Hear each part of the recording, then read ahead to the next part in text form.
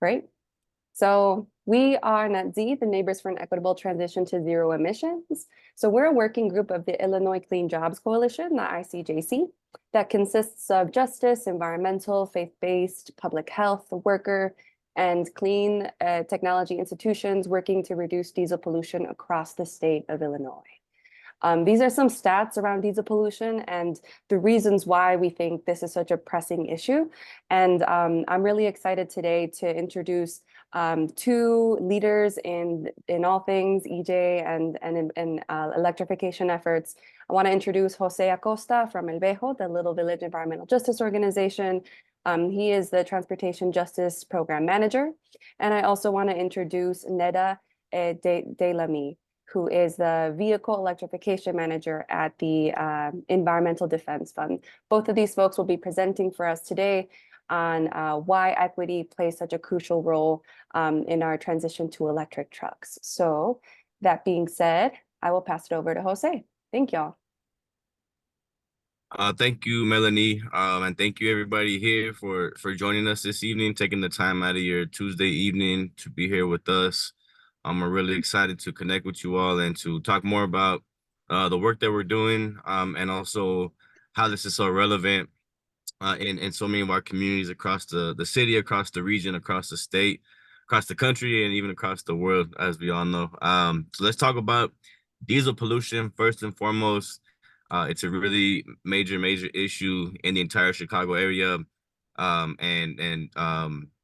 Last year, the Respiratory Health Association did a report called the Dirty Dozen Report, where it looked at all the counties within the Chicago metropolitan area, and found that all of these counties are in the top 9% of the most polluted counties in the entire country, with respect to diesel pollution. And Cook and DuPage County in particular are in the top 1%.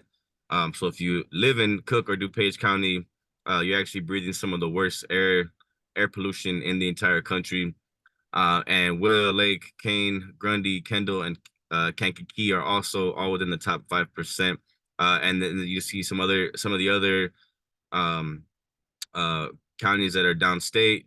And of course, this is a major issue because diesel pollution has a very negative impact on our health, right? It leads to many respiratory and cardiovascular issues, potentially things like asthma, like COPD,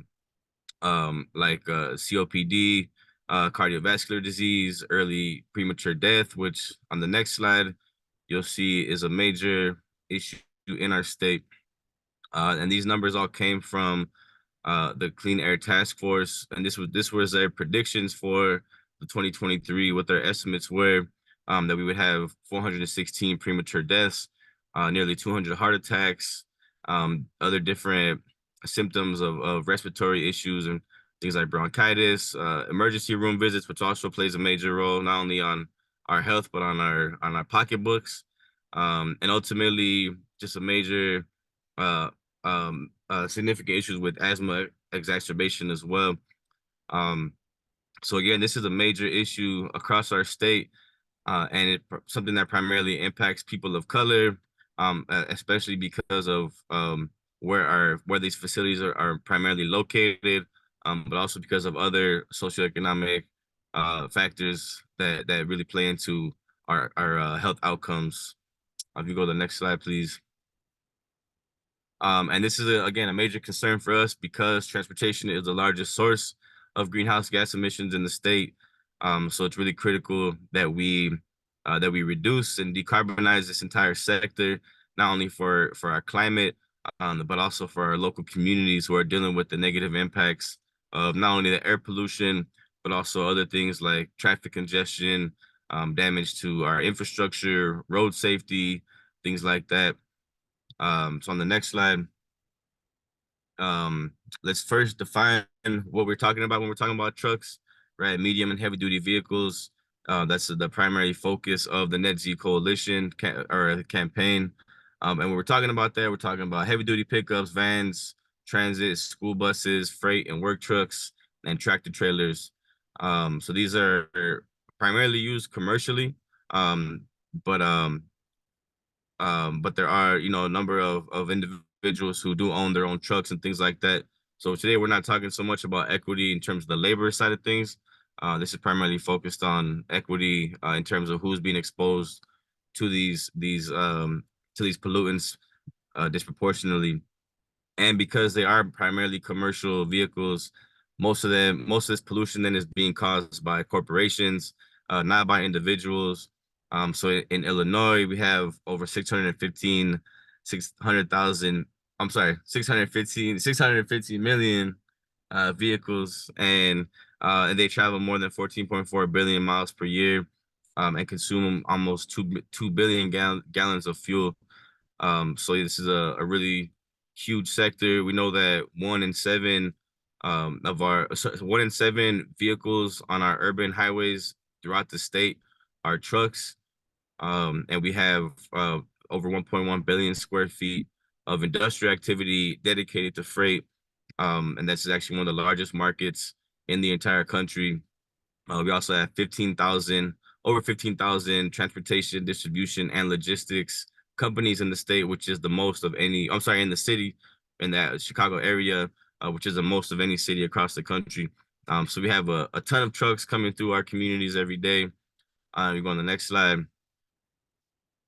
And why that is, starts with our inland ports, our intermodal, also known as, well, actually, they're intermodal rail yards, but they're also known as inland ports, also being defined currently as dry ports by the US EPA with their recent announcement of the Clean Ports Program. So Chicago is the freight hub of North America. We are the rail hub of North America. We have 19 of these intermodal rail yards, which is by far the most of any city or any Chicago or any metropolitan area in the entire country. This is the only place on the continent where all six Class 1 railroads converge, which again is the main reason why we are the rail hub. It's where the eastern railroads meet the western railroads. And you can see in these maps that these rail yards slash inland ports are primarily located in communities of color. On the left is a map of Latino communities across the region, and on the right, African American. And you see just how disproportionately impacted we are in terms of where we live and where these rail yards are located. Part of this is due to racist redlining practices of the past. Part of it is also due towards particularly for Latinos, looking at some of the more recent migration patterns of the last 40 years. Areas on the southwest side, for example, or certain suburbs that experience another I guess phenomenon of white flight, and areas that then became Latino in the 80s and 90s were areas that were formerly industrial and that were re-emphasized as industrial during that same time period. So areas that were primarily manufacturing, especially on the southwest side of the city, and some of the far southeast side, were heavily manufacturing based, and then became hotbeds of freight activity as our economy deindustrialized. We lost all those manufacturing jobs to other parts of the world, right? And what replaced it was more often than not freight facilities, especially warehouses and distribution centers. And those have been the jobs that have been coming into our communities. So for Black and brown communities, we traded manufacturing and heavy industrial pollution for more diesel pollution. And then when you also take into account that around these rail yards, you also have a high cluster of other freight activity, specifically the warehouses and distribution centers. So there are other areas across the metropolitan area, places like Waukegan and some of the south suburbs as well, and the area around O'Hare as well. But around these rail yards is where you see the largest concentration of freight activity, of truck intensive facilities. So for that reason, then you essentially have these islands of pollution, of heavy concentrated pollution, that disproportionately impacts communities of color. Next slide, please. And then if you look at, of course, right, what it looks like for white communities, it's a very different picture, particularly in the city. And this is why we're advocating that electrification should be especially focused in port adjacent and environmental justice communities, right? This is where it'll have the most impact. This is where we already have the highest concentration of pollution. So where we could see the most benefits short term, medium term, and long term. So this is why we're as a NetZ campaign, and many of our allies have been advocating to the city, to the state, or to the feds that we need to primarily focus on communities of color when we're doing this transition.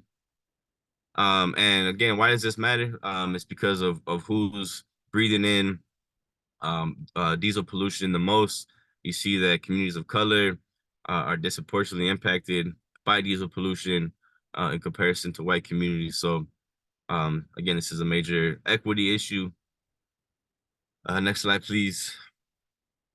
And these are just a couple of maps that also highlight what that looks like then in terms of public health implications. On the left is a cumulative burden impact. Cumulative burden map, cumulative impacts map that was created by NRDC back in 2018, and it shows how pollution combined with socioeconomic factors are highly concentrated in certain parts of the city.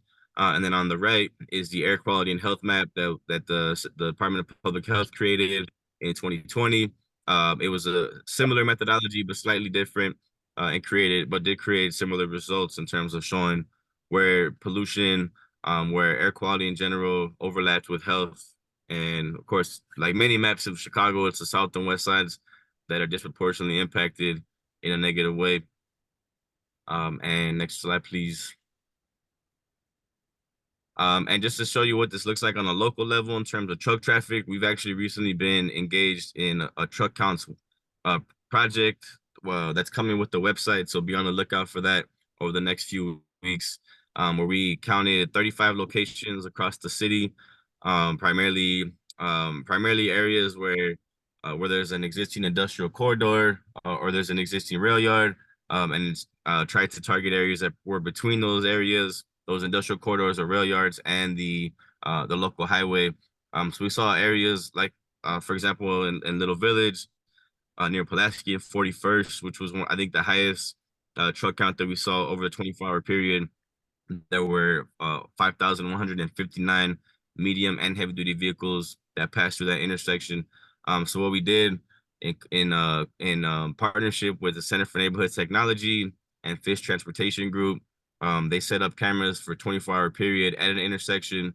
They captured all vehicle travels through that intersection and broke that down by class. So we're able to get exact counts for both medium and heavy duty vehicles, and see just how many thousands of truck trips are coming through our city every day.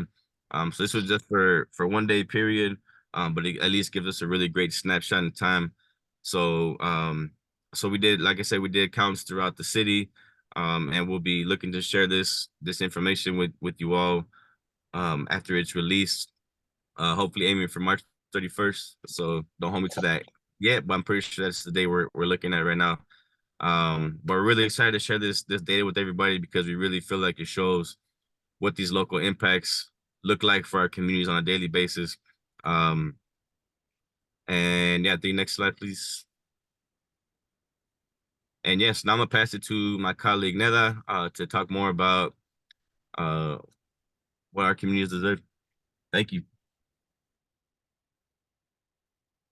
Thanks, Jose, for setting that up. A lot of good data to think about while we think about equity and electrification. I think we want to take some time to reflect what you all think about everything we've just learned about, and think about what we want our communities to deserve. Things like clean air that doesn't harm us, have options in how we want to move around our areas, our neighborhoods, cities, and towns. I urge you to write down in the chat what you think your communities deserve.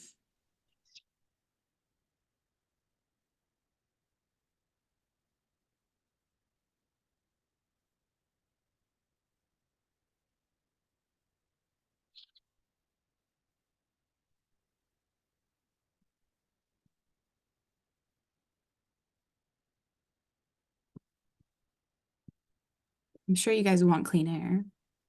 I'll volunteer that for all of you.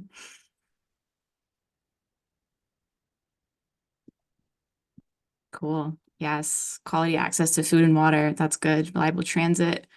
Great one. We definitely deserve long lives. These are great. Whenever, Melanie, you think we have some good critical mass answers, we can move on. Clean air, for sure. Yeah.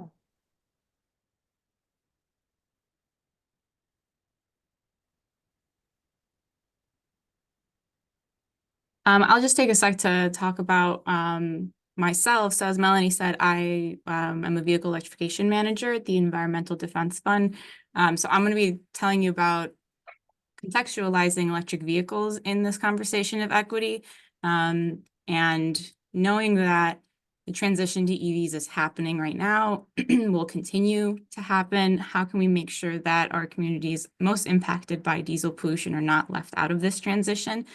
Topics that come up and things that we can do. So the first one that I'm going to talk about is affordability. What we can do is increase affordability, right? Electric vehicles we know have lower operating costs because of fuel and maintenance savings, but upfront cost is definitely a barrier, especially to fleets with fewer resources like small businesses. There are government incentives that help with that to lower the cost of vehicle purchases and installing charging at home or in business depots. There are also higher incentives for prevailing wage and apprenticeship protections, which I'll talk about in a second.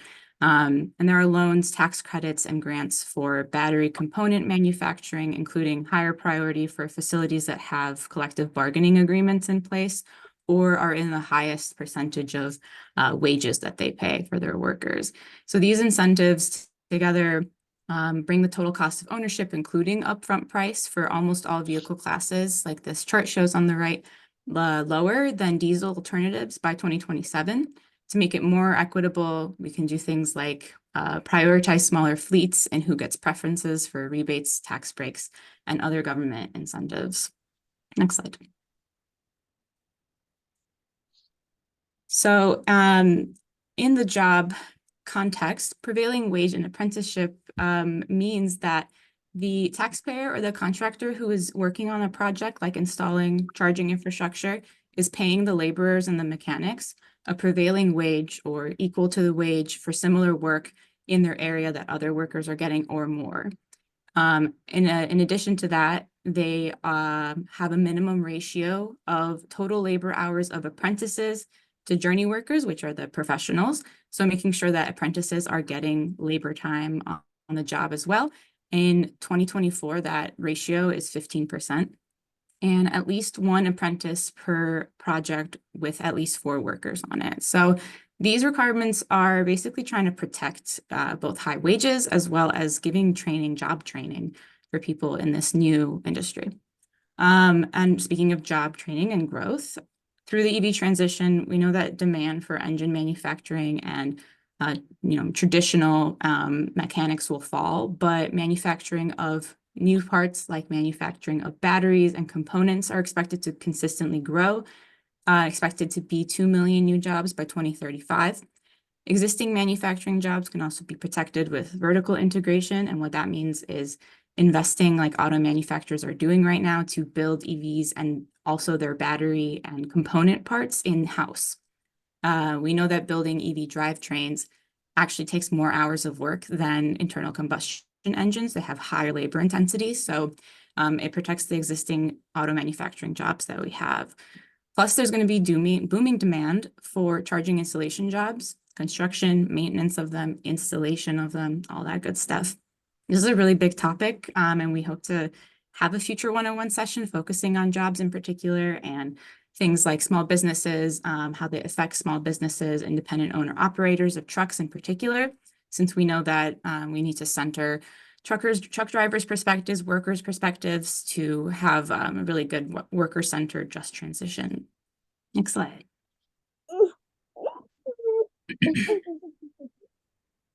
And then there's the supply chain. So on minerals, battery chemistry is evolving with a growing number of vehicles investing in this new chemistry called lithium iron phosphate batteries instead of the more traditional nickel, manganese, cobalt.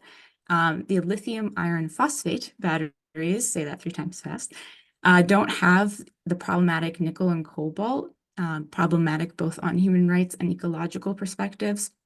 Other things to consider, batteries have long lives after use in a vehicle. They can be used for energy storage and renewable energy, and they can be completely recycled. So now's the time to start having conversations about safe, sustainable recycling industries that we're going to need in about 10 to 15 years.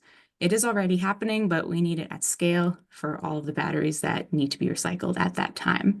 We can recover as much as 99% of the material in a battery and then subsequently reduce mineral demand despite increasing EV production. Currently, there's existing and announced battery production available that is expected to meet needed demand through 2032, but that production does include our trade partners, not just domestic supply chain. One of the trade partners that we have is Chile. They produce lithium, but they do rely on brine extraction, and that wastes a lot of water, is pretty damaging to the environment. And the environment in Chile, where the lithium is extracted, is indigenous communities. We can encourage safer and less damaging mining by reforming mining laws. In the US, there's a bill called the Clean Energy Mineral Reforms Act that would allow indigenous communities more participation in mining activities, consent or not consent to mining operations. We can set standards for producing less waste when we produce batteries.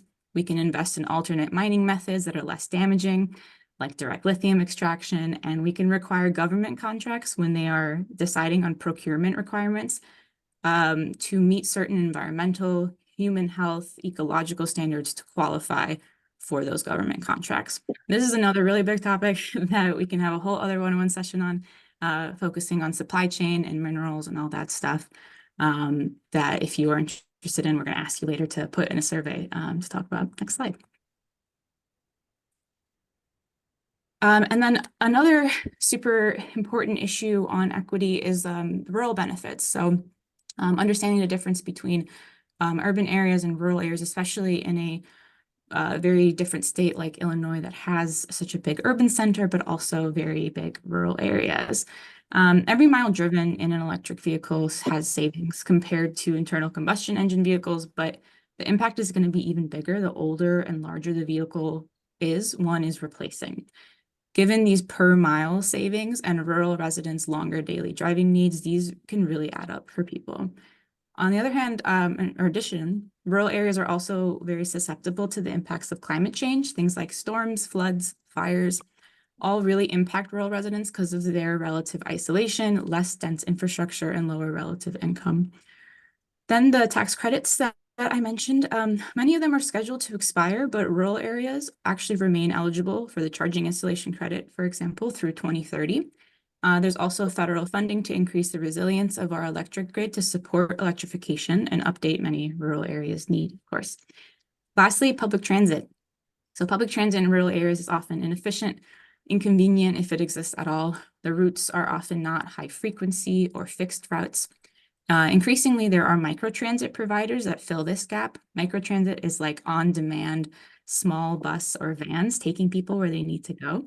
Better access to clean and affordable medium-duty vehicles like buses and vans for microtransit would make public transit networks in rural areas much more efficient, convenient for rural residents. Charging installation tax credits would reduce the cost of depot charging for those providers, and that's where medium heavy-duty vehicles would charge most of the time. And some medium-duty vehicles like cargo vans and light-duty trucks or other vans often used for microtransit can also use the same public charging infrastructure available for cars if they can fit. The $5 billion National Electric Vehicle Infrastructure Program is growing this public charging network every 50 miles of interstate highway corridors, which will hopefully help connect rural America. This is another potential future one-on-one session focusing on rural issues. Next slide, please. So onto the policies. There are two big policies that can help our transition to zero-emission medium heavy-duty vehicles. The first is the Advanced Clean Trucks Rule. This would basically set sales targets for manufacturers of medium heavy-duty vehicles to sell an increasing number of zero-emission vehicles each year.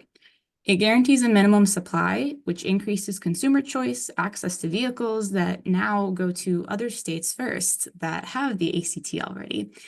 We build many of these vehicles here in Illinois, so we should be first in line to get their benefits, right? It's a gradual, flexible credit system. It rewards early action on behalf of manufacturers. It does not affect existing gas or diesel vehicles, doesn't force anyone to buy anything or affect used sales. It actually maxes out at 40 to 75% of sales, depending on vehicle size in 2035. It's neutral to the kind of vehicle and brand, and it gives utilities, companies, stakeholders this market certainty of there being demand for their supply so that they can invest in the charging infrastructure that we're going to need. Next slide. And then there is the heavy duty omnibus low nitrogen oxide rule, another full word rule. This would set limits on polluting emissions from new diesel engines, the dangerous nitrogen oxides in particular, that causes all of the awful things we saw maps of earlier from Jose. Currently, when heavy-duty diesel vehicles are idling or driving slowly, their engines are very inefficient at controlling these NOx emissions, nitrogen oxide emissions. We can reduce these emissions by pretty simple technological fixes that exist today, like better engine calibration or deactivating cylinders of the engine, just like cars do when they slow down or stop. The diesel engines don't do that. Lower NOx emissions will drastically improve air quality, especially for those in the EJ communities forced to breathe dirtier air by warehouses, distribution centers, rail yards, and ports in their neighborhoods. This rule would also require really robust testing to make sure that these emissions are actually being lowered, and provide longer warranty periods for engines to make sure they have a longer useful life and aren't being wasted. It doesn't affect existing vehicles. It takes a few years to go into effect, and it doesn't negatively contribute to other emissions like carbon dioxide or increased fuel consumption. It's a win-win. The ACT increases supply of zero pollution vehicles for us, and the HDO low NOx rule makes diesel vehicles that will continue to be sold less polluting. Next slide. Okay, so thank you so much for listening, your time and attention through that presentation. I know it was a lot. This is one of the many spaces that NETC is